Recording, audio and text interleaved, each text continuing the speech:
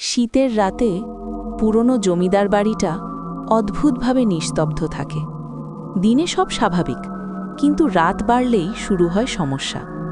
এই বাড়ির বড় বউ বছর 10 আগে হঠাৎ মারা গিয়েছিল।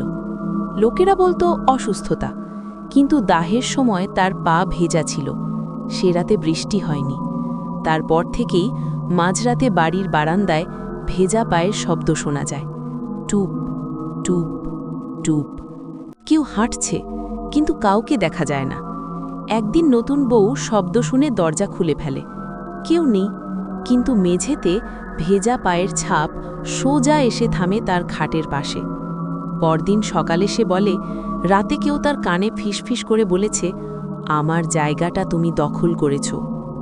তারপর থেকে নতুন বউ কথা বলা বন্ধ করে দিয়েছে।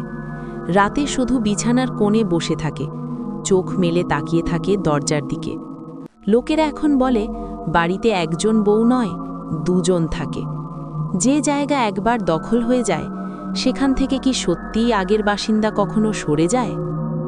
তারপর কি হলো আসল রহস্য জানতে এখনই সাবস্ক্রাইব করুন আমাদের চ্যানেল শাকচুন্নি, আর লাইক করে কমেন্টে জানান পুরো ভিডিও দেখতে চান নাকি।